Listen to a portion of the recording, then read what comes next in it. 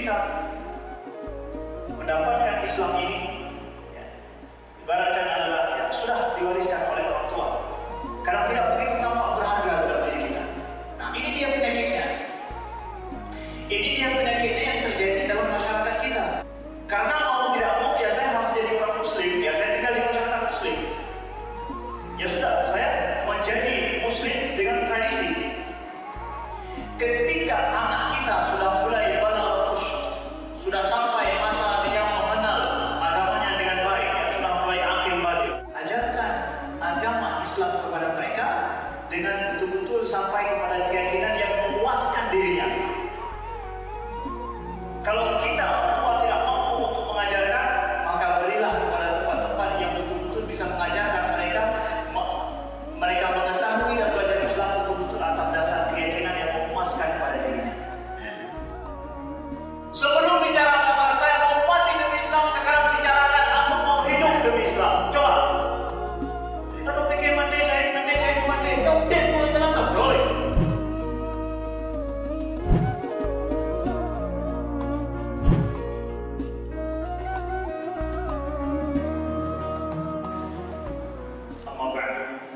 Dirahmati oleh Allah dan dimuliakan oleh Allah, seluruh sidang jamaah salat maghrib dan salat isya Masjid Al-Ma'mun Banda Aceh. Alhamdulillah, ini adalah pertemuan kita yang ketiga. Kita masih mengkaji dan membahas tentang masalah akidah dan keimanan, masih dalam pembahasan yang mendasar sekali.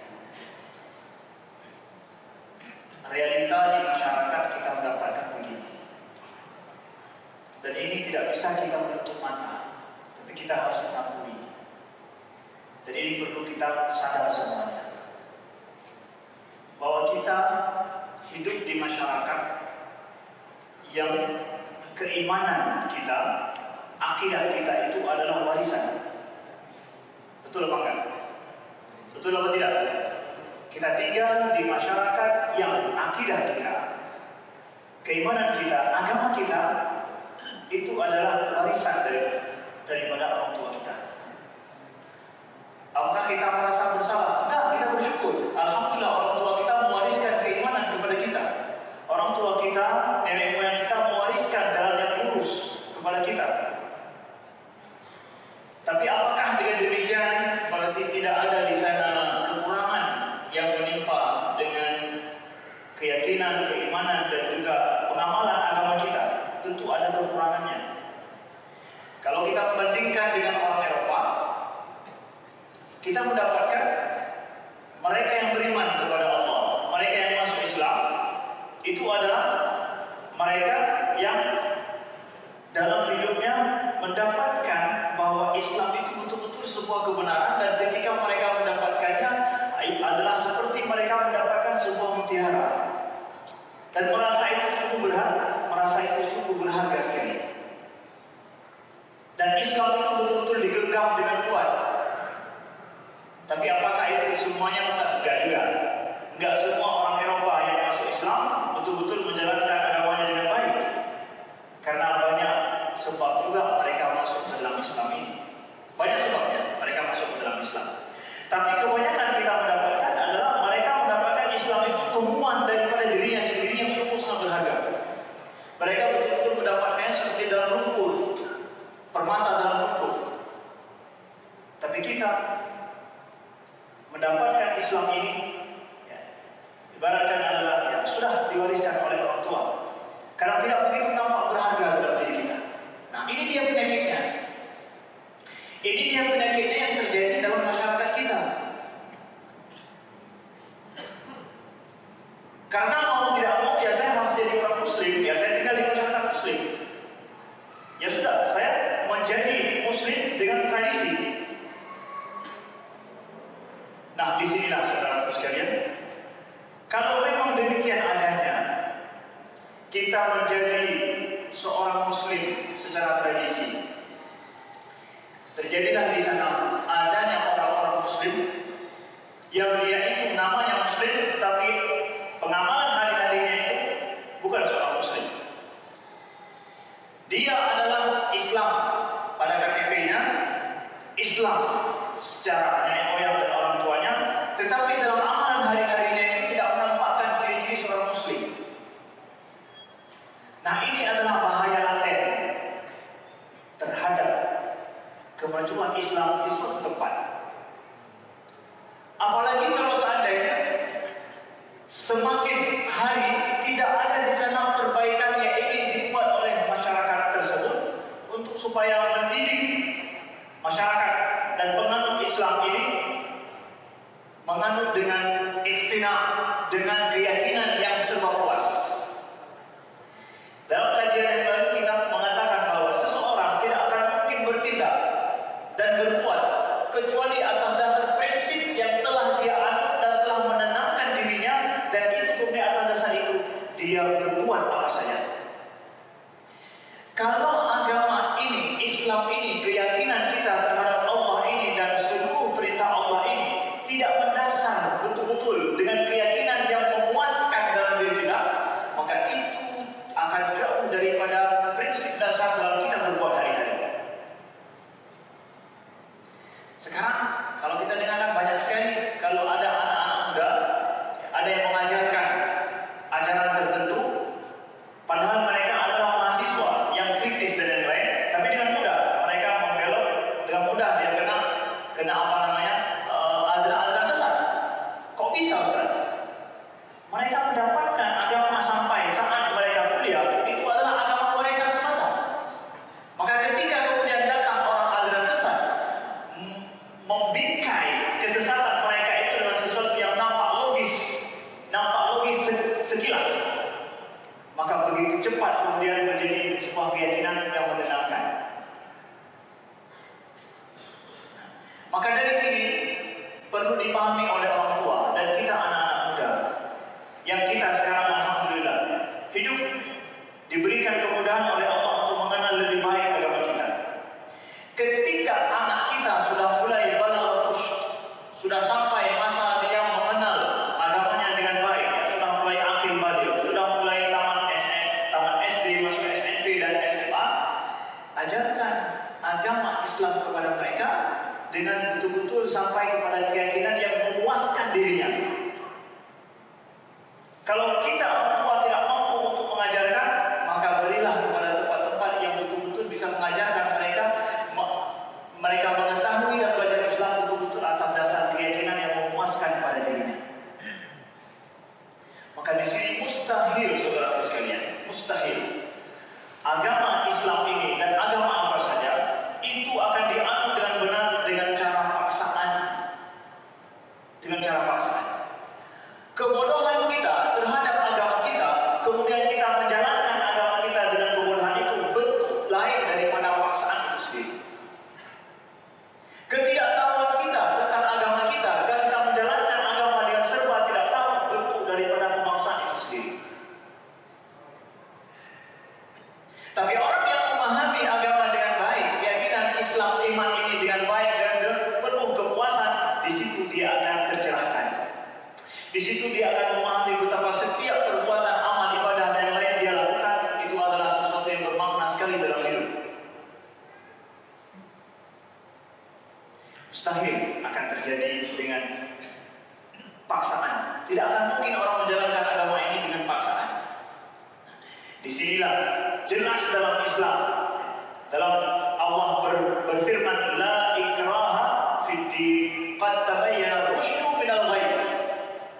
Tidak ada paksaan untuk masuk dalam agama Islam ini. Qad tabayyana rusydu minal ghayy, telah jelas jalan yang benar dengan jalan yang sesat.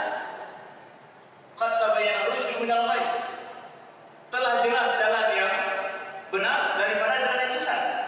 Makanya tidak ada la ikraha fid-din, tidak ada paksaan untuk masuk dalam agama ini. Itu kalau sudah jelas. Kalau apa? Sudah jelas mana benar mana salah. Nah, sekarang anak-anak muda kita, mereka mengetahui agama Islam itu adalah dikatakan agama yang benar, tapi pada diri mereka sendiri, dengan terjadinya banyak kejadian dalam hidup dan kemudian mereka melihat fenomena umat Islam hari ini, itu mulai terjadi gonjang-ganjing dalam dirinya. Di Arab saja sampai hari ini, itu banyak sekali yang ateis anak-anak muda gara-gara kejadian yang terjadi fenomena sejarah mereka. Kezaliman pemerintahan, ketidakadilan sosial, kemudian ketidakadilan secara ekonomi, dan keterpurukan itu menjadikan gelombang ateis daripada anak muda. Apakah mereka tidak diajarkan oleh orang tuanya dari dulu? Diajarkan betul-betul tentang Islam. Artinya mereka diwariskan kepada mereka tentang Islam, tapi Islam yang mereka tahu itu tidak betul-betul muftani', betul-betul memuaskan diri mereka, sehingga tidak mampu memberikan jawaban terhadap fenomena yang mereka lihat. Kita tidak mau itu terjadi dengan anak muda kita. Kita saudara sekalian hidup dalam keadaan damai sekali. Alhamdulillah pada hari ini. Kita hidup dengan alhamdulillah kelebihan secara ekonomi sudah mulai ada. Kita alhamdulillah secara sosial kita membaik, alhamdulillah.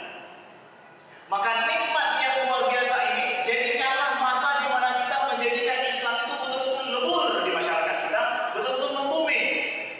Kita tidak sedang menghadapi permasalahan besar secara ekonomi, permasalahan besar secara sosial yang menjadikan orang susah untuk kita masukkan ke dalam ajaran agama yang baik. Tidak ada pertentangan di sana, alhamdulillah.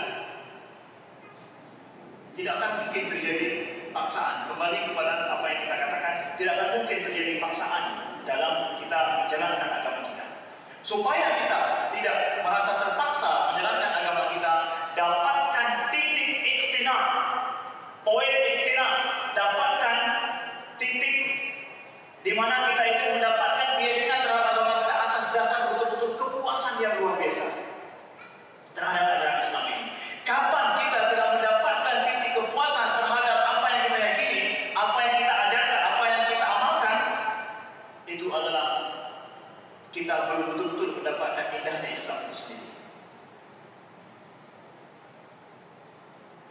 Orientalis banyak mengatakan bahwa Islam ini dalam sejarah dikembangkan oleh ataupun disebarkan dengan paksaan, dengan senjata. Pedanglah yang menjadikan Islam ini tersebar. Kalau kita melihat, sudah jelas dalam Islam bahwa tidak ada paksaan sama sekali dalam masuk dalam agama Islam ini. Sudah menjadi sesuatu ketetapan yang sudah tidak bisa diganggukan lagi. Islam tidak mungkin, dan juga secara logika tidak mungkin orang dipaksa, bahkan dihipnotis lagi untuk masuk ke dalam suatu agama. Omong kosong. Omong kosong orang yang menghipnotis seseorang untuk masuk ke dalam agama. Tidak mungkin. Agama apa itu? Kalau ada agama yang menghipnotis orang masuk ke dalam agamanya, jelas itu agama bohong. Agama bohong, agama dusta, agama palsu. Tapi agama yang benar adalah agama yang mampu mengajak penganutnya menganut dengan betul-betul atas keyakinan yang memuaskan. Islam di awal berkembang di Mekah. Yang menganut itu adalah bukan pembesar Quraisy, bukan mereka-mereka yang punya kekuatan dan mempunyai jabatan besar yang bisa mempengaruhi ke bawah. Tapi justru yang pertama sekali masuk Islam di sana adalah orang-orang yang muda, orang-orang lemah yang mengikuti Nabi Shallallahu Alaihi Wasallam. Mereka budak-budak ini, orang-orang yang lemah itu kemudian ditindas justru oleh orang-orang penguasa-penguasa, orang-orang besar di Quraisy itu, pembesar-pembesar di pemuka Quraisy. Ditindas habis-habisan. Kalau seandainya agama Islam ini dibangun dengan atas dasar bukan atas iktina itu, juga kita belajar bagaimana para sahabat mendapatkan titik iktina itu. Kalau seandainya budak-budak yang tertindas ini, mereka-mereka orang-orang lemah di Mekah yang mereka itu belajar Islam justru adalah betul apa namanya atas dasar iktina itu. Kalau bukan iktina, maka mereka akan lepas daripada Islam sejak awal. Tapi justru ternyata yang membawa iman Islam dari awal itu mereka, Bilal bin Rabah, Miqdad, yang Ammar bin Yasir. Mereka adalah orang-orang yang Bilal bin Rabah, mereka orang-orang yang lemah. Tapi uniknya, hebatnya, mereka tidak ada yang kafir di negara itu. Justru itu menjadikan mereka lebih kuat mengamalkan iman mereka. Bayangkan, lihat kepada Bilal bin Rabah radhiyallahu anhu. Semua kita mungkin membaca bagaimana kisah beliau, Bilal bin Rabah. Kisah beliau bagaimana disiksa di atas padang Sahara, ditaruh di atas dadanya itu batu yang besar, di padang yang sangat panas. Lalu ditanya, Arab bukan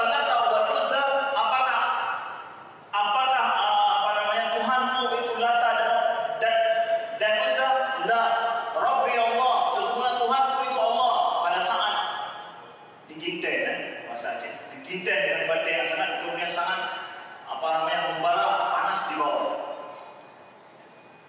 Lah, tetapi yang keluar justru kemudian Ahad, Allahu Ahad, Allahu Ahad. Dan Bilal berkata, wallahi, law a'lamu kalimatan aghaddu 'alaikum min hadha laqultu. Demi Allah, kalau seandainya aku mengetahui ada kalimat yang membuat kalian lebih membenciku, maka aku akan mengatakan lebih. Cuma beliau yang tahu, beliau pada saat itu baru tahu Allahu Ahad, Allahu Ahad, Allahu Ahad. Belum turun Islam, belum turun Al-Quran secara penuh, masih Al-Quran hanya beberapa ayat saja. Ketika penyiksaan hebat itu, justru itu yang terjadi dengan Bilal. Apa yang membuatmu itu seperti itu, wahai Bilal? Mau mati? Dan Umar bin Khattab radhiyallahu anhu melaporkan betapa beliau melihat bahwa tidak ada penyiksaan yang beliau lihat. Beliau pada saat itu belum masuk Islam. Beliau tidak tahu ada penyiksaan yang lebih dahsyat terhadap umat Islam di awal kecuali adalah yang terjadi pada Bilal bin Rabah. Bilal itu diikat di lehernya beserta dengan di kakinya dan di tangannya. Kemudian dikasih untuk anak-anak supaya diseret mengelilingi kota Mekah. Contoh model orang Islam. Lihat ini, orang yang pertama sekali mengamalkan Islam. Islam apa yang mereka amalkan? Menjalankan syariat, menjalankan sholat 5 waktu, menjalankan hudud, menjalankan kanun-kanun. Belum ada itu. Masih ada cuma iman sedikit saja. Beberapa ayat saja yang baru turun. Tapi beberapa ayat kok bisa begitunya? Ini kita sudah sampai Islam kepada kita 30 juz. Kalau ada yang belum paham, buka ayat. Kalau ada yang belum dapatkan jawabannya, buka hadis. Banyak hadisnya. Itu belum bisa lagi. Bilal belum sampai. Apa rahasianya itu? Apa rahasianya itu? Itulah titik iktina itu dia dapatkan di awal. Mustahil, maka di sini terbantah semua apa yang dikatakan oleh orang Orientalisme bahwa Islam itu disebarkan dengan paksaan, bahkan dengan peperangan dan dengan pedang. Sama sekali tidak. Kemudian lihat contoh yang kedua. Kita lihat pada saat Islam sudah mulai berkuasa. Pada saat terjadi perang Uhud. Abdullah bin Jahsh radhiyallahu anhu. Siapa beliau Abdullah bin Jahsh ini? Ini adalah saudara kandung daripada istri Nabi sallallahu alaihi wasallam. Siapa? Zainab binti Jahsh. Beliau termasuk orang yang pertama sekali masuk Islam. Beliau anak daripada bibi Nabi yaitu Umaymah binti Abdul Muttalib. Beliau yang pertama juga di antara orang yang pertama berhijrah ke Habsyah. Di Badar, beliau menginginkan supaya beliau mati syahid, tapi ternyata beliau tidak mati syahid. Maka ketika terjadi perang Uhud di Madinah, peperangan besar. Di sini beliau mengajak siapa? Beliau mengajak Sa'ad bin Abi Waqqas. Ini kawan dekat beliau. Sa'ad bin Abi Waqqas. Untuk apa? Untuk sama-sama berdoa sebelum berperang nih. Sebelum berperang, berdoa. Apa yang ingin didapatkan dalam peperangan nanti? Suruh dulu pertama Sa'ad bin Abi Waqqas. Beliau suruh Sa'ad bin Abi Waqqas, beliau yang mengaminkan di belakang. Apa yang beliau suruh? Sa'ad bin Abi Waqqas berdoa yang artinya, ya Allah, apabila nanti perang sedang berkecamuk, maka berikanlah kepadaku seorang kafir yang kuat. Dia ingin membunuhku dan aku juga ingin membunuhnya. Dan di akhir aku mampu untuk membunuhnya. Dan itu semua adalah di jalan dari Allah. Jadi beliau mau kafir-kafir yang berdengkotnya yang kuat-kuat itu, biar beliau yang berhadapan dengan itu, dan beliau mampu mengalahkannya. Siapa? Sa'ad bin Abi Waqqas. Mojok mereka berdoa untuk berdoa. Setelah Sa'ad bin Abi Waqqas berdoa, lalu berdoa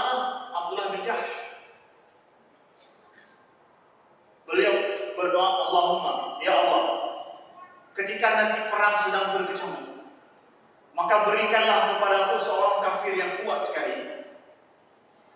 Dan dia ingin membunuhku dan aku juga ingin membunuhnya.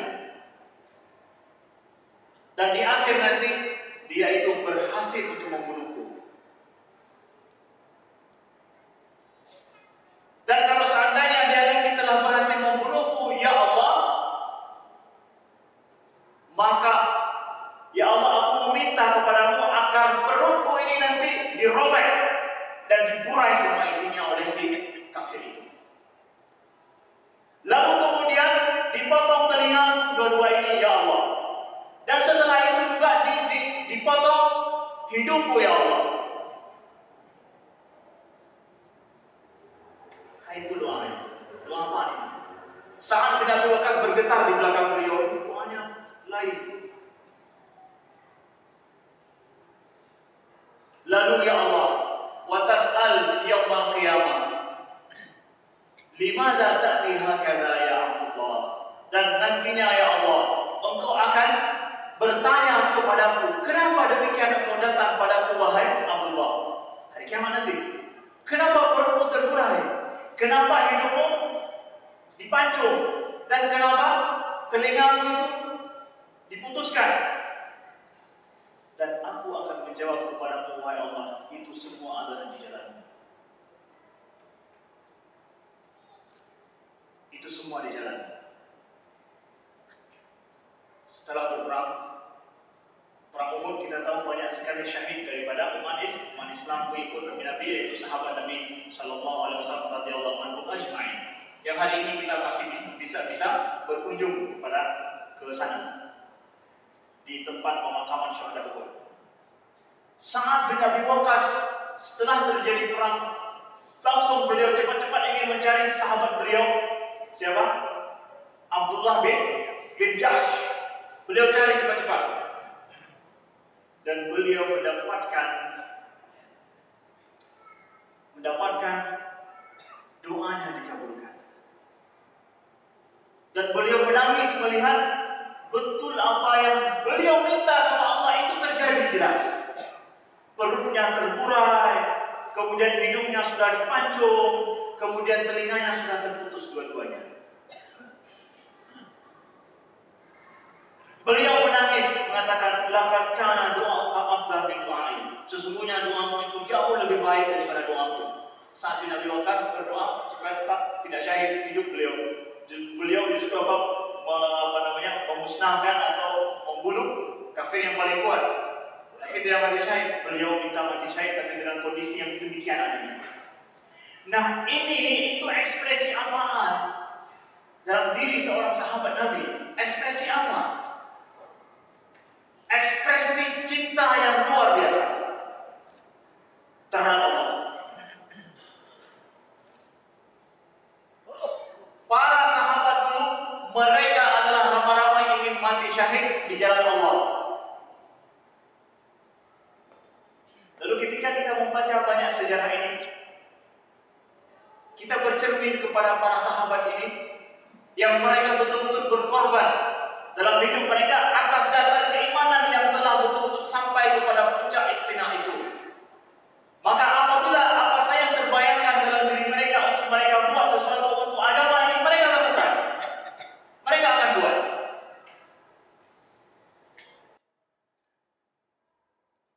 Kita hari ini ingin mati syahid. Saudaraku sekalian semuanya, ingin mati syahid? Ingin? Ya, apakah ingin betul anak buah?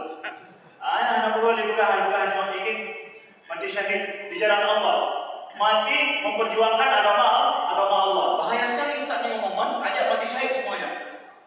Saudaraku, kita hari ini butuh untuk hidup demi Islam ini, bukan mati saja demi Islam. Sebelum bicara masalah saya mau mati demi Islam, sekarang bicarakan aku mau hidup demi Islam. Coba.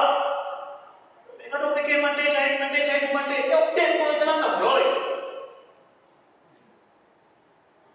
Selalu pikir bagaimana saya mati syahid, sekarang hidup sebagai syahid, bisa enggak? Hidup sebagai orang muslim yang benar, bisa tidak? Aku mau mati fisabilillah, sebelum ngomong itu katakan aku ingin hidup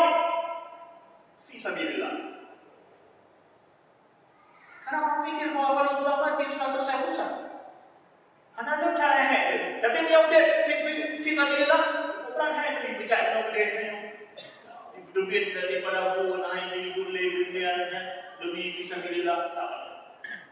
Anak-anak mudaku sekalian, kawan-kawanku sekalian, kita perlu hari ini untuk hidup fisabilillah, nanti mati syahid dan Allah akan dapat sendirinya di akhirat. Kita ingin membumikan hidup fisabilillah. Kita menginginkan ini. Maka tidak mungkin agama Islam ini diajarkan dan diamalkan oleh pemeluknya adalah dengan paksaan.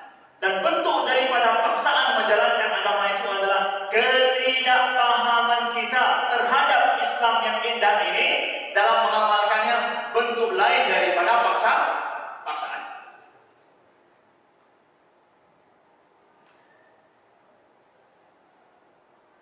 Kita betul-betul ingin mencari. Nah, anak-anak muda, alhamdulillah, saudara-saudaraku sekalian, selama umur masih ada, dapatkan titik ini, titik iktina ini dalam menjalankan agama kita. Lalu kita lihat, kalau begitu adanya, dan para sahabat tentu telah berbuat demikian adanya, sehingga mereka dalam waktu yang singkat sekali berhasil untuk mengembangkan Islam sampai ke penjuru dunia. Dan masa yang sangat singkat sekali. Allah telah menjadikan Islam itu betul-betul agama yang benar. Dan di sini kita akan menjawab sebuah pertanyaan yang mungkin sering ditanyakan. Dan ini juga saya mendapatkan banyak pertanyaan juga ketika di luar. Untuk apa umat Islam itu dipaksakan mereka untuk bersyariat, menjalankan syariat mereka dipaksakan. Kami mendengar bahwa di Aceh itu bagaimana jilbab itu diwajibkan, dipaksakan untuk siapa? Dipaksakan untuk wanita-wanita. Katanya juga kalau ada orang yang nggak sholat Jumat dikejar-kejar supaya mereka harus sholat Jumat. Bagaimana itu? Bukankah la ikraha fid din? Gak boleh dipaksakan. Bapak Ibu sekalian yang dirahmati Allah, memilih Islam, memilih Kristen, Hindu, Buddha sama sekali gak ada yang paksakan. Pilih mana yang suka. Kalau Anda belum beragama, pilih mana yang suka. Tidak masalah. Sampai Anda mencintai dan betul-betul melihat sebuah kebenaran, masuklah ke dalam agama itu. Kalau kemudian kita sudah masuk ke dalam agama Islam dan meyakini ini agama adalah sebagai sebuah kebenaran yang adanya, bahwa sistem nilai dalam Islam dan semua sistem ajaran Islam yang sudah komplit ini adalah betul-betul sebuah kebenaran, maka masuknya saya ke dalam itu dengan rela hati, dengan ikhlas hati. Saya telah membuat sebuah keputusan untuk menjalankan agama Islam. Contoh lain adalah begini. Untuk memilih di mana anak kita mau masuk SD, itu urusan siapa? Hah? Urusan kita orang tua. Enggak ada guru yang memaksakan, paling mengiklankan.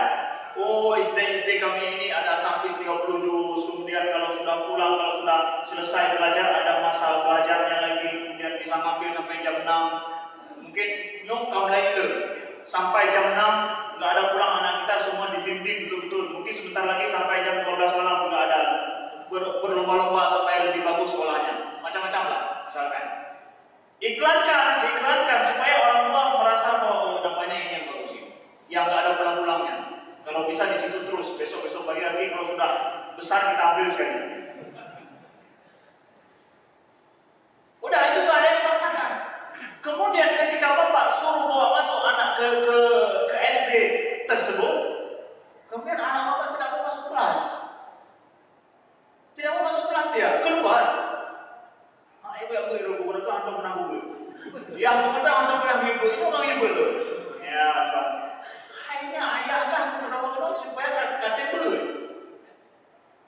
Lalu mulailah sekolah memainkan mekanismenya. Kalau sekali tidak masuk, sekian apa skornya ini. 2 kali tidak masuk, sekian apa begitu. Dipaksakan anak bapak untuk masuk kelas enggak? Dipaksakan untuk masuk kelas. Untuk apa? Untuk mewujudkan tujuan bapak memasukkan anak di situ adalah pendidikan pembelajaran kepada mereka sampai ijazah, anakku sudah menghafal 6 tahun sudah menghafal 15 juz, subhanallah. Kemudian juga dia telah berhasil ini mendapatkan ranking sekian-sekian dan dia sudah pintar, alhamdulillah. Ini tidak mau. Saya memilih sekolah itu adalah atas dasar itu. Dan saya tahu konsekuensi yang terjadi. Maka kalau kemudian anak kita dilakukan seperti itu, bukan semua paksaan. Nah sekarang pemerintah, masalah Islam ini juga, pemerintah telah mengatakan bahwa kita hidup sebagai hukum yang berlaku di negara kita itu adalah hukum syariat. Kalau ada dua anak muda yang berkhalwat, maka itu akan ditangkap. Akan ditangkap dan akan ada mekanisme hukum yang terus berjalan. Apakah itu pemaksaan terhadap mereka untuk supaya mereka tidak pernah berdoa dan menjalankan agama Islam dengan baik? Mereka telah masuk Islam loh. Nah ini kalau seandainya orang non-muslim dapat sesuatu, ya itu pemaksaan untuk apa? Kami tidak mengakui Islam. Tapi ini orang muslimin. Berarti kalau demikian pemerintah melakukan seperti itu adalah bentuk daripada pendidikan daripada negara terhadap rakyatnya dalam untuk menjalin dan untuk menjalankan syariat yang telah menjadi hasil musyawarah kesepakatan bersama masyarakat muslim. Di kampung setelah sholat maghrib itu ada pengajian. Yang nggak mau ikut ngaji, nanti orang juga nggak mau pergi waktu acara pesta anak dia. Mentenang, masih ada. Apakah itu pemaksaan untuk ikut ngaji? Udah kesepakatan kampung, kita akan membuat kalau ada pengajian, maka semua rakyat, semua orang kampung harus pergi mengaji kecuali ada uzur. Itu mekanisme yang berjalan bentuk daripada pendidikan terhadap rakyat. Begitu juga mekanisme yang diambil oleh pemerintah dalam mendidik rakyat yang menjalankan agama Islam bukan sebuah pemaksaan terhadap Islam. Selama itu berlaku bagi orang Muslim yang mereka itu meyakini diri sebagai seorang Muslim. Tapi itu bentuk daripada pendidikan terhadap siapa yang belum paham tentang Islam. Kalau masih merasa itu terpaksa untuk sholat, terpaksa untuk mengeluarkan zakat dan yang lain-lain, itu adalah bentuk daripada apa? Kejahilan kita tentang Islam. Maka saya katakan tadi, kejahilan tentang Islam bentuk lain daripada sebuah pemaksaan. Maka oleh sebab itu, supaya kita sampai kepada titik di mana kita ikhtinah betul-betul dalam menjalankan agama Islam, wahai saudaraku sekalian, carilah titik ikhtinah ini, belajarlah dengan baik tentang agama Islam ini. Ketahuilah agama Islam betul-betul ini agama yang sempurna yang telah diturunkan oleh Allah. Siapapun yang mencela Islam tidak ada celah pada dasarnya. Islam betul-betul agama sempurna yang diturunkan oleh Allah Subhanahu wa taala kepada umat manusia menjadi hidayah kepada mereka sampai mereka meninggal dunia. Sekian daripada saya. Terima kasih atas segala perhatian. Subhanallah wa bihamdika, asyhadu an la ilaha illa anta, astaghfiruka wa atubu ilaika. Assalamualaikum warahmatullahi wabarakatuh.